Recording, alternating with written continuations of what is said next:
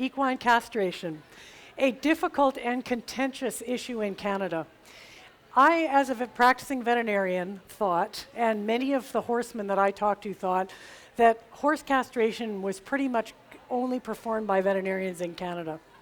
And just out of interest, how many people in this audience are familiar with horses being castrated by laymen or cowboys?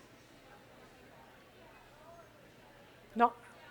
Old cowboy, okay. Most people that I talked to thought that this practice was dying out with the old cowboys. And when I went to vet school, they pretty much said, you know, how do you castrate a horse without a veterinarian? You get 2 cowboys, a fifth of whiskey, and a sharp knife. And as people get more educated and understanding more about equine welfare, we kind of assumed that those days were over.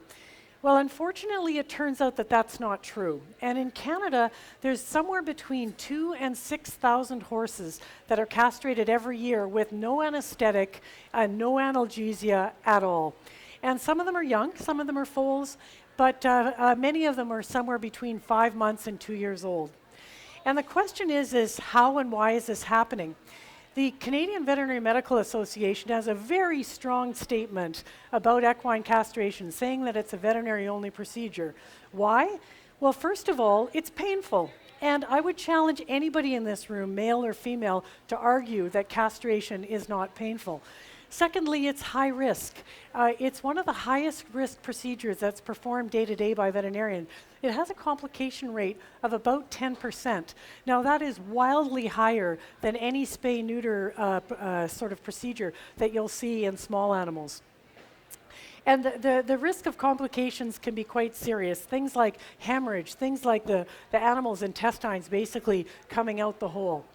And in much of Canada, it is absolutely a veterinary-only procedure, and it's controlled by the provincial veterinary associations, and that is the case in British Columbia, fortunately. So it is illegal to castrate a horse in British Columbia unless you are a veterinarian, and that assumes that you're using proper pain control.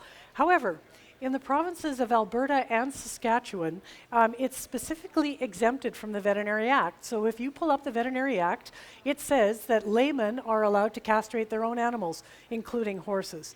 Now, around the Code Committee table, we found this absolutely unacceptable. And it's gradually becoming unacceptable to castrate any animal in Canada without some pain control. Even beef cattle now have a pain control requirement. So how are we going to address this? We can take the Canadian Veterinary Medical Association's position on this, and we can say that only horse castration can only be performed by veterinarians. And we thought if we did that, absolutely nothing would change, because it's been that way for years, and nothing's happening and no one's moving. So what we decided to try to start to get these producers in Alberta and Saskatchewan on the bus. And sometimes when you're dealing in animal welfare, you have to take baby steps first. So for them, the first baby step is for them to actually admit that castration is painful. And if we can get them to do that, we can get them to provide some pain control. How did we land up with these requirements? Well, first of all, there's certain classes of horses that should only be castrated by a veterinarian. And that means castration of mature horses, anything over 2 years old, and castration of donkeys and mules.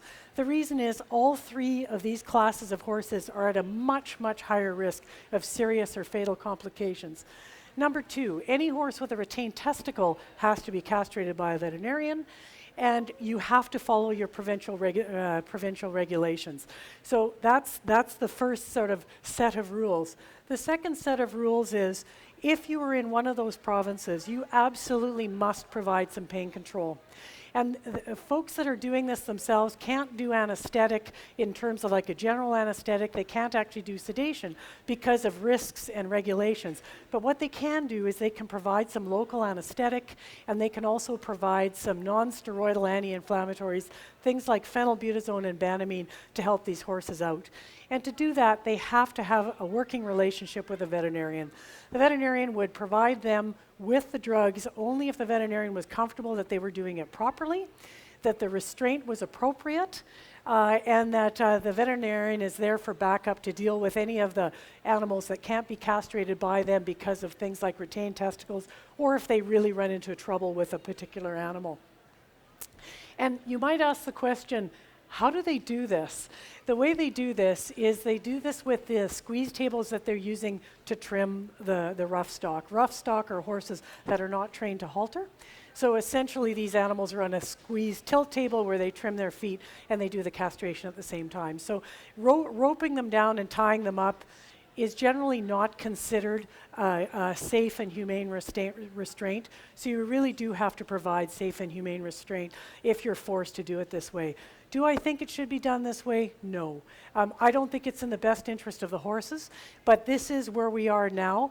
I think we need to move forward with this to try to make this a veterinary-only procedure down the road, but sometimes big change takes time.